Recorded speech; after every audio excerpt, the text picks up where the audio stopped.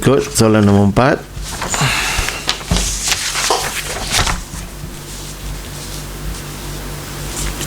Baik, kita pergi kepada soalan nombor 5. Saya baca dulu. Raja 4 menunjukkan isi padu air di dalam dua buah bekas R dan S yang sama saiz. Aini meletakkan kedua-dua bekas itu di atas sebuah meja. Okey, kita lihat di sini. Hitungkan isi padu dalam mililiter air kedua-dua bekas itu. Jadi dia nak uji di sini macam mana kita menambah ni. Okey, kalau hitungkan isi padu, maksudnya R dan S, kita tak tambah R dan S, kita kena buat macam mana? R itu 2700, dia nak dalam ml, jadi utamakan ml. 2700 ml tambah dengan ini, macam mana nak tukar yang ni? Okey, balik kepada yang ini. Saya jelaskan ini 1.45 L. Ini sama juga dengan kalau kita pakai kotak tu, L, ml. ml hanya 3 saja. Ingat, ini 3 saja sini, pasangan di sini ya. Kita lihat titik di sini. Kalau tak sini 1, di sini automatik tulis 4, ini 5, di sini kosong. Jadi dari 1450 mililiter. Okey, jadi kita buat di sini 1450 mililiter. Kemudian kita selesaikan dalam bentuk lazim. Okey, 2700 ml tambah 1450 ml. Okey, kita tambahkan 0.5. Ni kena bagi rapat sekilas, tadi saya jarak sikit ni. 7, 11 dan 4150 mililiter. Okey, faham? Okey, kita dapat di sini, ini 1 markah, ini pun 1 markah. Jadi markah penuhnya 2. Baik, kita tengok soalan seterusnya. Okey, kalau soalan seterusnya kita tengok di sini, berapa mililiter air yang perlu ditambah, yang perlu Aini tambah ke dalam bekas S supaya isi padunya menjadi sama banyak dengan air dalam bekas R. Berapa yang kita perlu tambah? Kalau kita lihat di sini. Okey, kita tengok dalam bekas Aini ni. Berapa kita perlu tambah di sini supaya dia jadi sama. Tuang saja ni kan, kita tengok ni, tuang saja ni ke sini. Jadi apa yang kita buat, ini kita kena tolak dengan isi padu S. R ni kita kena tolak. Jadi kita buat operasi dia tolak. Jadi kita kena tulis ayat matematik dia 2700 mililiter tolak 1450 mililiter. Okey, jadi kita kena buat betul lazim juga 1450 mililiter tolak. Okey, ini 10 tolak 5, ini pinjam jadi 6. 10 tolak 5, 5, 6 tolak 4, 2 dan 2 tolak 1, 1250. Okey, ini. Okey, kalau kita tengok di sini, ini mendapat 1 markah, ini mendapat 1 juga markah. Senang saja, tolak saja. Okey. Baik, kita tengok ke soalan nombor 6. Soalan nombor 6, Raja 5 menunjukkan kedudukan titik A pada sata Cartez. Okey, soalan nombor 6. Dan soalannya nampak sata ni, nyatakan koordinat bagi A. Ini ramai yang betul lah, saya tengok, saya cek, cikgu cek. Okey, sekarang kita lihat, kalau kita nak menulis koordinat, sesuatu koordinat, kita tengok pada sata Cartez ni, kita kena ingat balik kan, kalau urutan baca ABC tu, A, B, C, D, E, F, G. Yang ingat yang terakhir tu, dia mesti ada koma, ada kurungan X, Y. X, Y, Z. Kalau kita nyanyi X, Y, Z, X dahulu. Mana X? Kita tengok ini adalah X. Ataupun kata lain, ini mengufuk. Okey, ini X. Jadi ini menjanjang ni, Y. Okey, ini Y.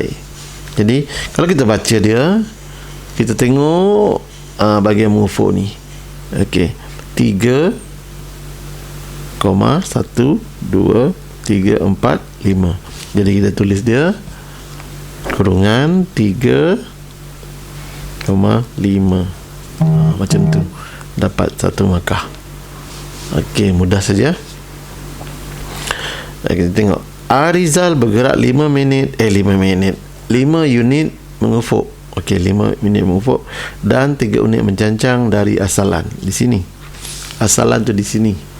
Okey, dia bergerak 3 unit mengufuk dan terus kepada 5 unit mengufuk, 3 mencancang.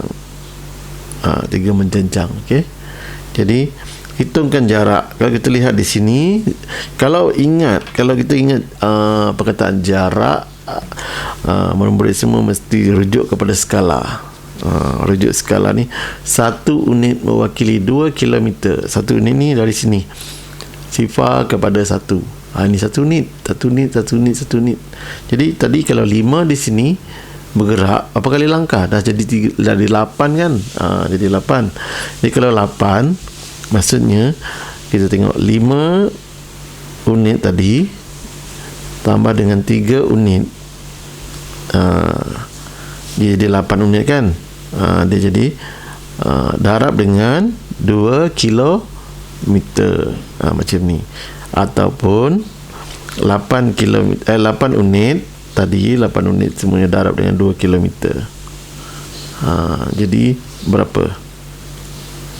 Okey, jadi jawapannya sama dengan mestilah 8 unit. 8 darab dengan 2 km, 16 km. Okey, ini jawapan dia. Okey, rasa tak ada masalah. Kita tengok di sini tadi, jadi 5 naik sini 8. Alright.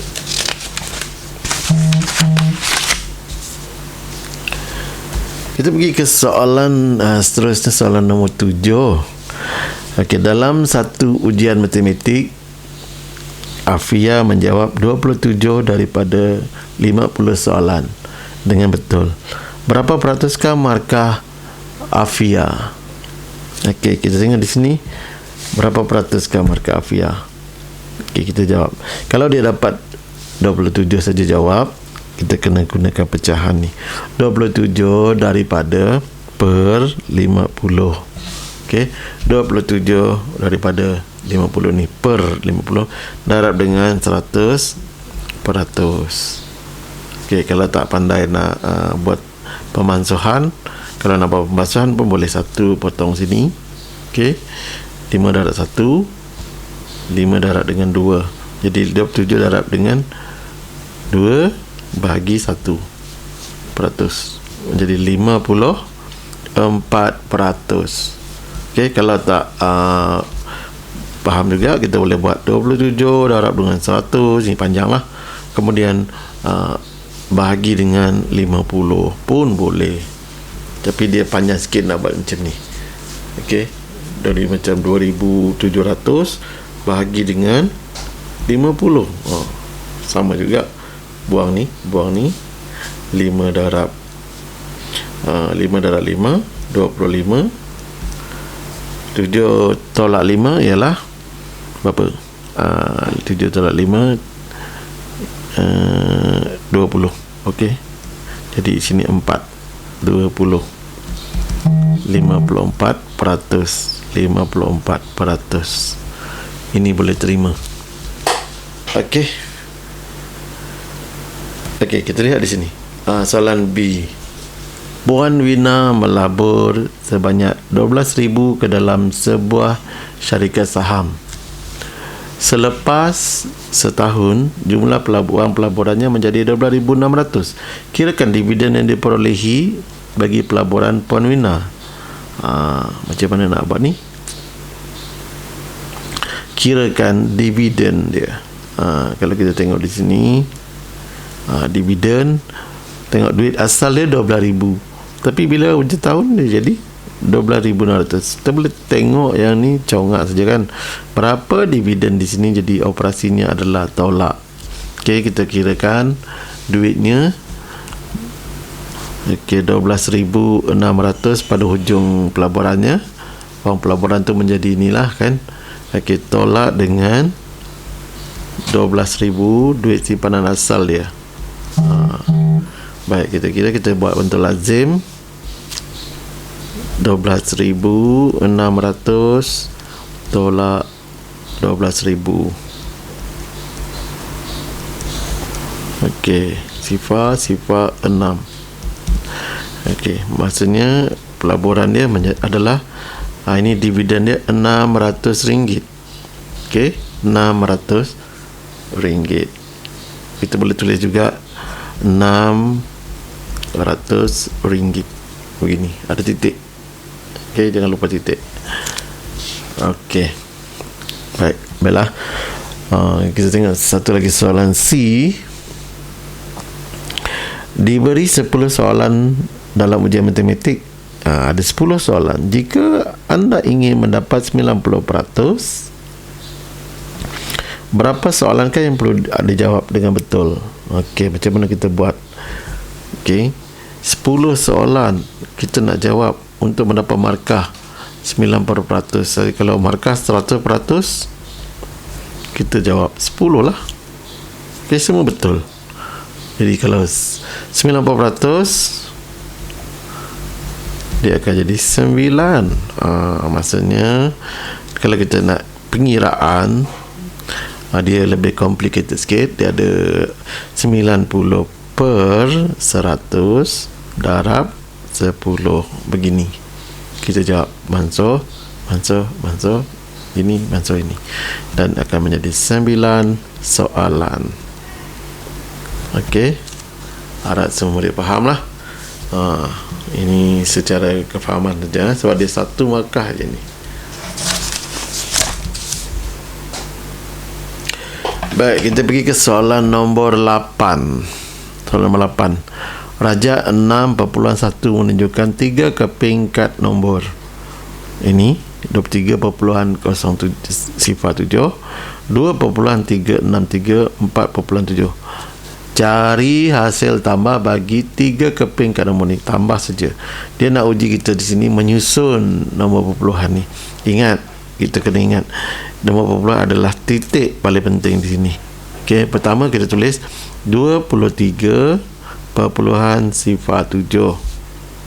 Okey, tambah, ini operasi tambah 2 perpuluhan. Macam mana tulis? Perpuluhan dulu tulis sini, titik di sini mesti sama, straight dengan ini, lurus. Kemudian 2 berada di sini, 3, 6, 7. Jelas? Kita boleh tambah ni pun boleh, nak tambah dulu pun boleh. Kalau yang tak ada pasangan ni, letak sifar di sini. 7, 13, 1 naik atas, 3, 1, 4. Okey, ini 3 tambah 2, 5 dan 2, 25.437. Tambah dengan yang terakhir ni 4.7. Perpuluhan dulu di sini, 7 sebelah sini, 4 sebelah sini. Okey, 7, 3, 11, 1. Peluang jangan lupa, 5, 6, 10, 1, 30 perpuluhan 137.